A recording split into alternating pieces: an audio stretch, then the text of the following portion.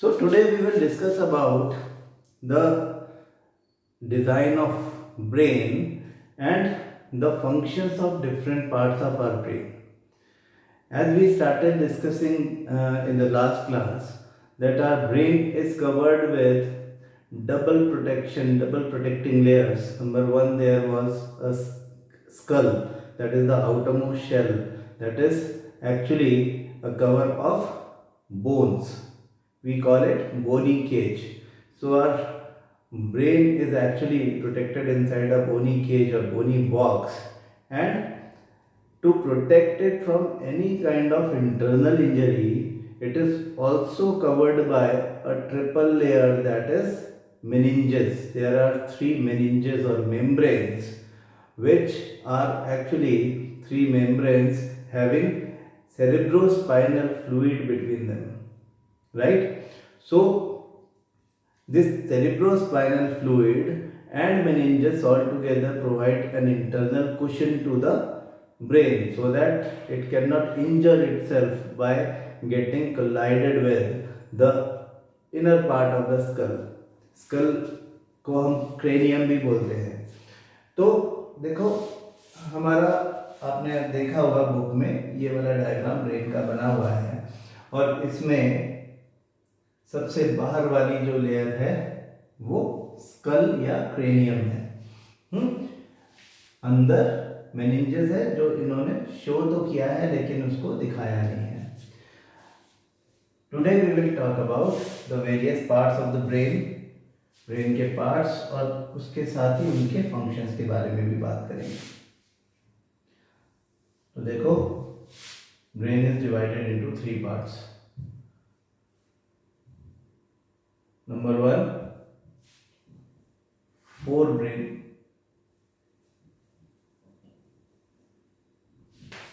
Fore brain का मतलब जो हमको फोर साइड से दिखे, सामने से दिखे, सबसे ऊपर का पार्ट, सबसे बड़ा पार्ट, लार्जेस्ट पार्ट यही है.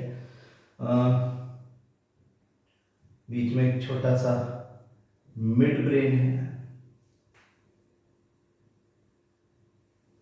और पीछे एक बड़ा इंपॉर्टेंट पार्ट हाइंड ब्रेन है. हाइंड मतलब पीछे वाला. Right. So there are three parts of the brain. हम डायग्राम में देखते हैं कि दिस इज फोर ब्रेन. अब फोर ब्रेन जो है ऐसा दिखाया हुआ है.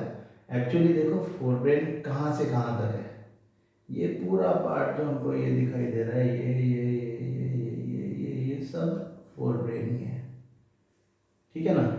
ये वाला पोर्शन जो आगे निकला हुआ है ये भी फोर ब्रेन ही है. ये सब है ना, ये सब जो ब्लू में हमने डाल दिया है ये फोर ब्रेन है. यहाँ पे हमको थोड़ा सा छोटा सा ये मिड ब्रेन दिख रहा है. मिड ब्रेन का कोई और कलर बना देते हैं, रेड कलर से हम मिड ब्रेन दिखा देते हैं. छोटा सा मिड ब्रेन है. और पिंक कलर ले लेते हैं. ये जो पीछे वाला पोर्शन, ये सब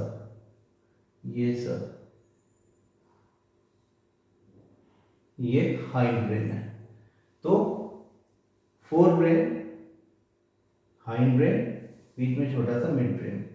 ये सब जो दिख रहा है फोर ब्रेन का ही हिस्सा है. ये जो दिख रहा है ना, ये सब. यहाँ पे पिट्यूटरी ग्लैंड दिख रही है. Pituitary gland actually endocrine system का पार्ट है, लेकिन वो ब्रेन से अटैच्ड है.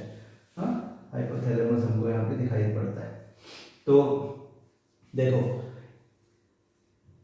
इस सबको हटा देते हैं. हाँ, फोर ब्रेन में देयर आर थ्री पार्ट्स. सबसे पहली बात, सेरिब्रम. ये ऊपर का मैक्सिमम पार्ट जो हमको दिख रहा है, ये सेरिब्रम है. अगर हम ब्रेन को ऊपर से देखें, हाँ, उसका टॉप व्यू देखें, तो हमको सिर्फ सेरिब्रम ही दिखाई देता है. बीच में एक स्यूचर है, उसके दोनों तरफ इस तरह का स्ट्रक्चर है जिनको हम सेरिब्रल हेमिस्फीयर बोलते हैं. सेरेब्रम के सेरेब्रल हेमी मतलब हाफ, स्फेयर आप जानते हो, हम इसको बोलते हैं सेरेब्रल हेमीस्फेयर। ये दोनों, इसके ऊपर बहुत सारे इस तरह के फोल्ड्स दिखाई देते हैं, फोल्डेड पार्ट है। हाँ, इनको रेस्पेक्टिवली सल्सी एंड गायरी बोलते हैं, जो आपके सिलेबस का पार्ट नहीं है, लेकिन ये फोल्ड्स है। ऊपर से हमको ब्रेन ऐसा दिखता है, हम अगर इसको यहाँ से बीच में से काट दें तो काटने के बाद जो साइड का पोर्शन है वो ऐसा दिखता है, हम उसको देख रहे हैं, है ना। वो हमने ये समझने के लिए बनाया था। तो जो ब्रेन का ये पार्ट दिख रहा है हमको, सेरेब्रम, ऊपर ऊपर से जो दिख रहा है सब सेरेब्रम है। सेरेब्रम के कुछ सेक्शंस होते हैं, रीजन्स होते हैं, जिनको हम लोब्स बोलते हैं। दोनों साइड में, दोनों हेमिस्फेयर्स में ये लोब्स हमको दिखाई दे रहे हैं। जो सामने दिख रहा है ये दोनों, इनको हम बोलते हैं frontal lobe, frontal lobes.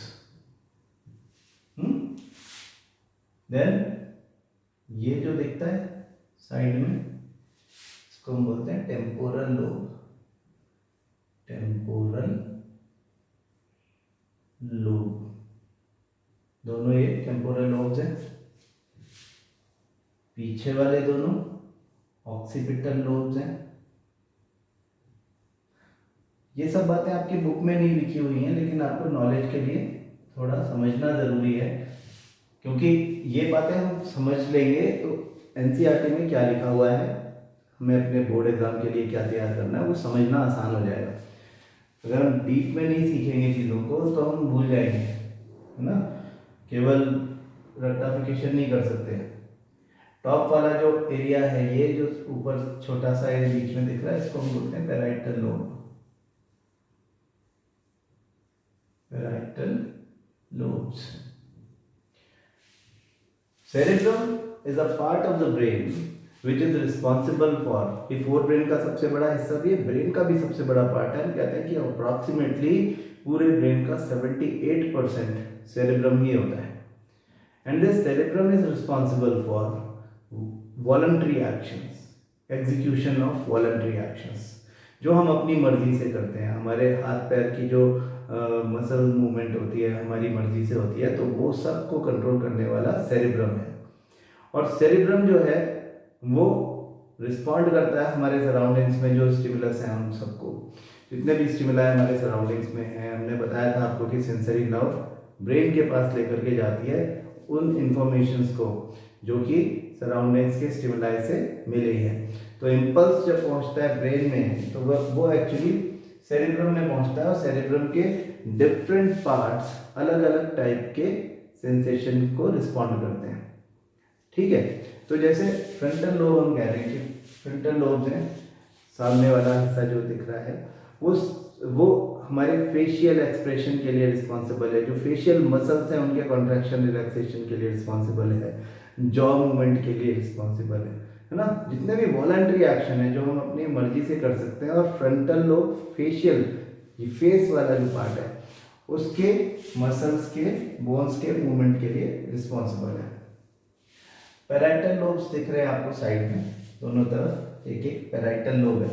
Parietal lobe को ईयर से आने वाली जो इम्पल्सेस हैं उनको ये एनालाइज करता है। ये साउंड को एनालाइज करेगा, मतलब ईयर से साउंड आता है, साउंड का जो इम्पल्स है वो यहाँ पे पहुँचेगा। साउंड, ईयर जो है वो सेंसरी ऑर्गन है। हमने कहा था कि वहाँ पर रिसेप्टर्स हैं, वहाँ रिसेप्टर से जो सेंसरी नर्व शुरू होती है वो ब्रेन में जाती है। तो ब्रेन में कहाँ जा रही है, वो यहाँ जा रही है, टेम्पोरल लोब्स। टेम्पोरल लोब्स वाले पोर्शन का काम है analysis and interpretation of audio input. जो भी ऑडियो सुन रहे हैं हम, आवाज़ें आ रही हैं चारों तरफ से, अलग अलग तरह की आवाज़ें आ रही हैं, वो सब हम इनसे एनालाइज करते हैं। जो सबसे पीछे वाला दिखता है ऑक्सीपिटल लोब, ये आईज से आने वाले सेंसेशन, जो इमेज बनती है, हमने आई पढ़ा था, ह्यूमन आई, तो हमने कहा था कि हमारे रेटिना पर जो इमेज बनती है उस इमेज से related information is taken to the brain by the optic nerves. तो optic nerves represent, they are sensory nerves and they actually represent the occipital lobe, हाँ, वो इंफॉर्मेशन को लेकर के ऑक्सीपिटल लोब पर आएगी और फिर यहाँ पर analysis and interpretation of image होगा। विजन के लिए रिस्पॉन्सिबल है ऑक्सीपिटल, और जो हमने देखा है उस विजन का इंफॉर्मेशन टेम्पोरल लोब पे भी जाता है, तो टेम्पोरल लोब उसकी ऑडियो विजुअल मेमोरी बना देता है। हमारे लोअर पोर्शन जो सामने वाला पोर्शन है वहाँ पे स्मेल से रिलेटेड सेंसेशन भी होते हैं, ऑल्फैक्टरी लोग बोलते हैं उसको, और वो भी फोर ब्रेन का ही हिस्सा है। हाँ, तो स्मेल से रिलेटेड कोई बात ऑल्फैक्टरी लोब पे जाएगी और वहाँ से वो भी टेम्पोरल लोब को मिल जाएगी, और फिर वो स्मेल से रिलेटेड बात का भी एनालिसिस एंड इंटरप्रिटेशन कर पाएगा। टॉप पर पैराइटल लोब्स हैं। Parietal lobes are associated with the pain, the burning sensation, यानी थिग्मो रिसेप्टर जो हमारी स्किन से रिलेटेड जो रिसेप्टर है वो यहाँ पर रिपोर्ट करती है, उसकी जो सेंसरी नर्व है वो यहाँ पे रिपोर्ट करती है, और वहाँ से इम्पल्स यानी कि वहाँ से इंफॉर्मेशन लेकर के जब यहाँ आती है तो ये एनालाइज करता है उसको। तो सेरेब्रम के डिफरेंट पार्ट्स ये हैं, और सेरेब्रम के बारे में बात करते करते बार बार हमने वर्ड यूज किया एनालाइज, एनालाइज, एनालिसिस, एनालिसिस। हाँ, तो सेरेब्रम का काम है एग्जीक्यूशन ऑफ वॉलंटरी एक्शन। कैसे? By analysis and interpretation. किसका? ऑफ द इंफॉर्मेशन और data which was provided to the brain. जो सेरेब्रम को जो डेटा मिलता है, जो इंफॉर्मेशन मिलती है, वो उसको प्रोसेस करता है, उसका एनालिसिस एंड इंटरप्रिटेशन करता है before giving a response, respond करने से पहले। तो वॉलंटरी एक्शंस का एग्जीक्यूशन करने का काम सेरेब्रम का है, और वो ऐसा करेगा by analysis and interpretation of the information. ठीक है जी, तो ये एक बात हो गई। तो हम इसको कहते हैं कि भाई ये सेरेब्रम जो है वो एक तो analysis and interpretation of information कर रहा है ना। वो क्या काम आएगा? एनालिसिस एंड इंटरप्रिटेशन क्या काम आएगा? So that the voluntary actions can be executed, है ना। वॉलंटरी एक्शन का एग्जीक्यूशन जो है वो सेरेब्रम करेगा। तो analysis and interpretation of information को यूज कर रहा है वॉलंटरी एक्शन के एग्जीक्यूशन के लिए। It is called the seat of intelligence.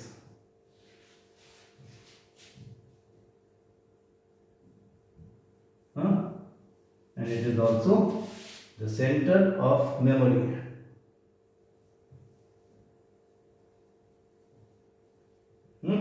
Seat of intelligence, centre of memory. जो भी चीजें हमने कहा कि ये ऑक्सीपिटल लोब से विजन से रिलेटेड जो इंफॉर्मेशन है लेकर के ऑडियो का एनालिसिस इसने कर लिया है, ऑडियो विजुअल मेमोरी बना देगा। तो मेमोरी का भी काम जो है वो सेरेब्रम का है।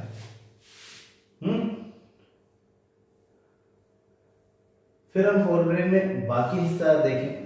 ये जो पोर्शन हमें दिख रहा है इसको थैलेमाई बोलते हैं, इसके नीचे वाले पोर्शन को हाइपोथैलेमस बोलते हैं, और हाइपोथैलेमस के नीचे जुड़ी हुई है पिट्यूटरी ग्लैंड। थैलेमस ऊपर, एपिथैलेमस नीचे, hypothalamus. Hypothalamus is very important. Hypothalamus जो है उसका बड़ा इंपॉर्टेंट फंक्शन है, ये हमारी बॉडी का टेम्परेचर रेगुलेशन करता है। Apart from that temperature regulation कैसे कर रहा है कि हमारे स्वेट ग्लैंड्स को स्टिमुलेट कर देता है। जब हमारी बॉडी का टेम्परेचर बढ़ने लगता है तो स्वेट ग्लैंड से स्वेटिंग होती है और हमारी बॉडी का temperature cooling effect of evaporation की वजह से नॉर्मलाइज हो जाता है। तो एक काम तो ये है, मेरे ख्याल से तो आप पहले से जानते हो। उसके अलावा जो हमारा ये वाला पोर्शन है, एक्चुअली इस पोर्शन को हम डायनसेफेलॉन बोलते हैं।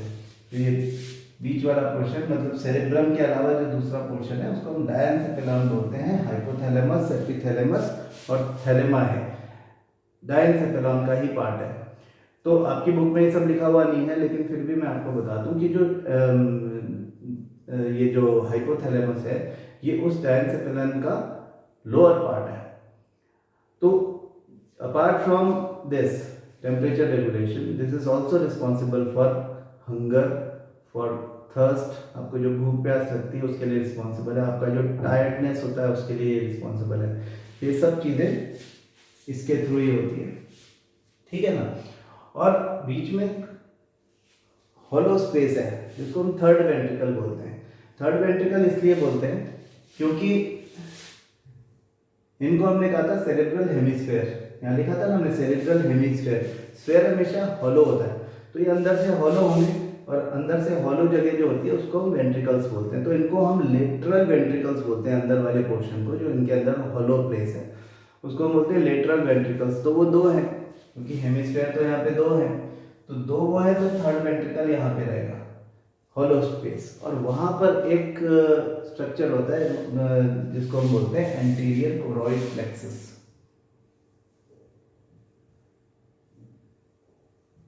Anterior choroid plexus, which is actually responsible for the entry of cerebrospinal fluid into the brain। जो ब्लड के थ्रू मटेरियल आ रहा है, यूजफुल सब्सटेंसेस आ रहे हैं, वो यहाँ पर जो हमने वर्ड यूज किया एंटीरियर कोरॉइड प्लेक्सस, यहाँ पे ब्लड कैपिलरीज का गुच्छा है उसको हम कहते हैं एंटीरियर कोरॉइड प्लेक्सस। उसके थ्रू छन छन करके फिल्टर हो करके और आ जाते हैं, हाँ, और सेरिब्रोस्पाइनल फ्लूइड फिर मेनिंजेस के बीच में चला जाता है। पीछे की तरफ ऐसा ही एक और हॉलो स्पेस है, उसको फोर्थ वेंट्रिकल बोलते हैं, वहां पे पोस्टीरियर कोरॉइड प्लेक्सस है। पोस्टीरियर कोरॉइड प्लेक्सस के थ्रू ये सेरिब्रोस्पाइनल फ्लूइड जो अपने साथ कुछ वेस्ट भी लेकर के जाएगा वो सब ब्लड में वापस से मिल जाएगा। तो खैर ये आपकी बुक में नहीं है, लेकिन फिर भी आपको ये बात थोड़ा सा आइडिया तो रहना चाहिए। Hypothalamus is also known as master of master gland. उसके पीछे पिट्यूटरी ग्लैंड लगी हुई है जिसको हम मास्टर ग्लैंड बोलते हैं, and it controls pituitary gland secretion. Pituitary gland is an endocrine gland. हम जब एंडोक्राइन सिस्टम पढ़ेंगे तब हाइपोथैलेमस का role as an endocrine gland पढ़ेंगे अलग से। हाँ, यहाँ पर फिलहाल हम हाइपोथैलेमस को पढ़ते हैं as a part of brain कि वो क्या क्या कर रहे हैं। तो फोर ब्रेन में सेरेब्रम हो गया, इधर बीच वाला पोर्शन हो गया थैलेमाई मतलब डायनसेफेलॉन हो गया, आगे फोर ब्रेन का फ्रंटल पोर्शन ऑल्फैक्टरी लोब है ना, जो सेरेब्रम को इंफॉर्मेशन देता है regarding smell. Then midbrain बीच में छोटा सा हिस्सा है। इस मिड ब्रेन का दो रोल्स है, this is responsible for some cerebral reflexes ना। मिड ब्रेन और हाइंड ब्रेन मिलकर के एक्चुअली कुछ इनवॉलंटरी एक्शंस के लिए रिस्पॉन्सिबल है, लेकिन मिड ब्रेन वेरी स्पेसिफिकली जो एक काम कर रहा है, पहली बात तो it is an information exchange centre between the fore brain the hind brain. Fore brain और हाइंड ब्रेन के बीच में एनालिसिस मतलब जो इंफॉर्मेशन आ रही है और जा रही है उसके लिए हम कहते हैं इसको कि ये रिले का काम करता है, या जो इंफॉर्मेशन है उसका एक्सचेंज सेंटर बन जाता है। किसके बीच में?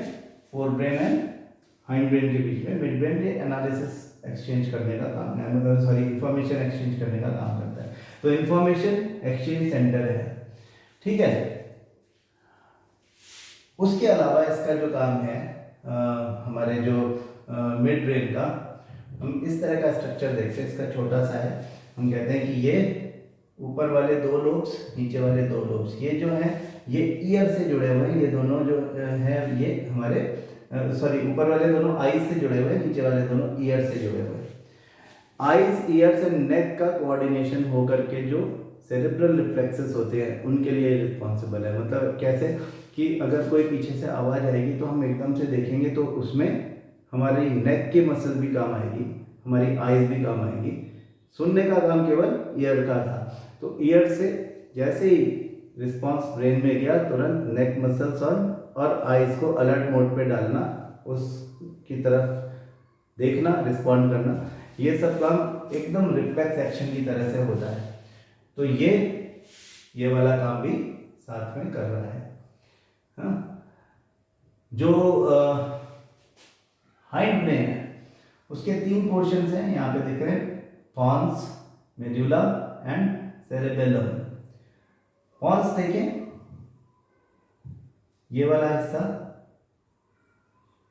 ऊपर ऊपर वाला छोटा सा हिस्सा पॉन्स फेरुला है, नीचे वाला हिस्सा जो है वो मेड्यूला है, ये वाला हिस्सा मेड्यूला है।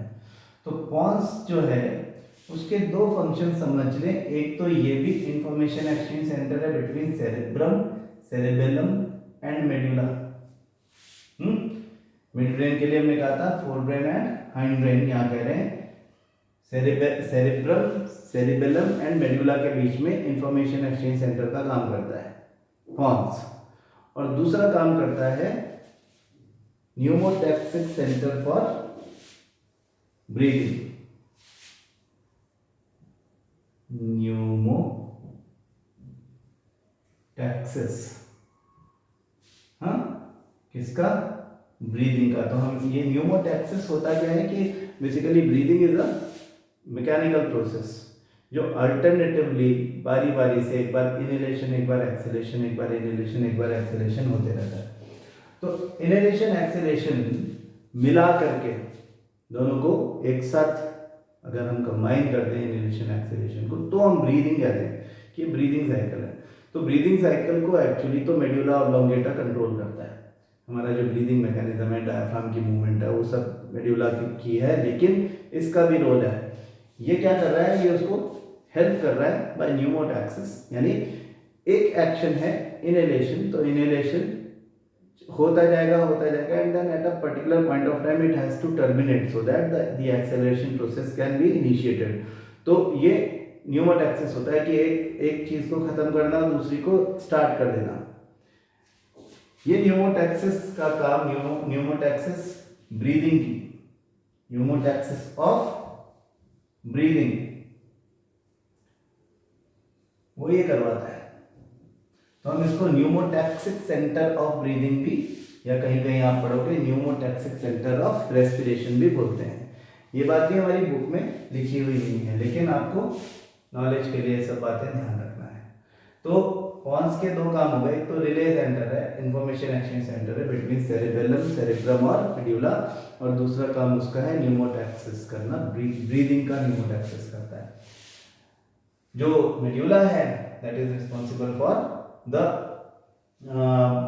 इनवॉलंटरी एक्शंस, जो हमारे लाइफ प्रोसेसेस से रिलेटेड, हमारे सर्वाइवल से रिलेटेड हमारे वाइटल एक्शंस हैं, हमारी बॉडी के वाइटल ऑर्गन्स हैं, उनके एक्शन को एग्जीक्यूट करना, इनवॉलंटरी एक्शंस हैं वो सब, जैसे कि हम अभी कह रहे थे ब्रीदिंग, या हमारा हार्ट बीट, हार्ट का रेट, या फिर हमारा जो डाइजेशन है उसमें चर्निंग हो रहा है, पेरिस्टाल्सिस हो रहा है, ये सब चीज़ें जो हैं ये हमारा मेड्यूला रेगुलेट करता है।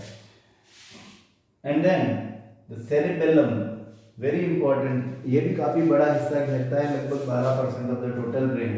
एंड सेरेबेलम जो है उसका काम है actually execution of learned actions.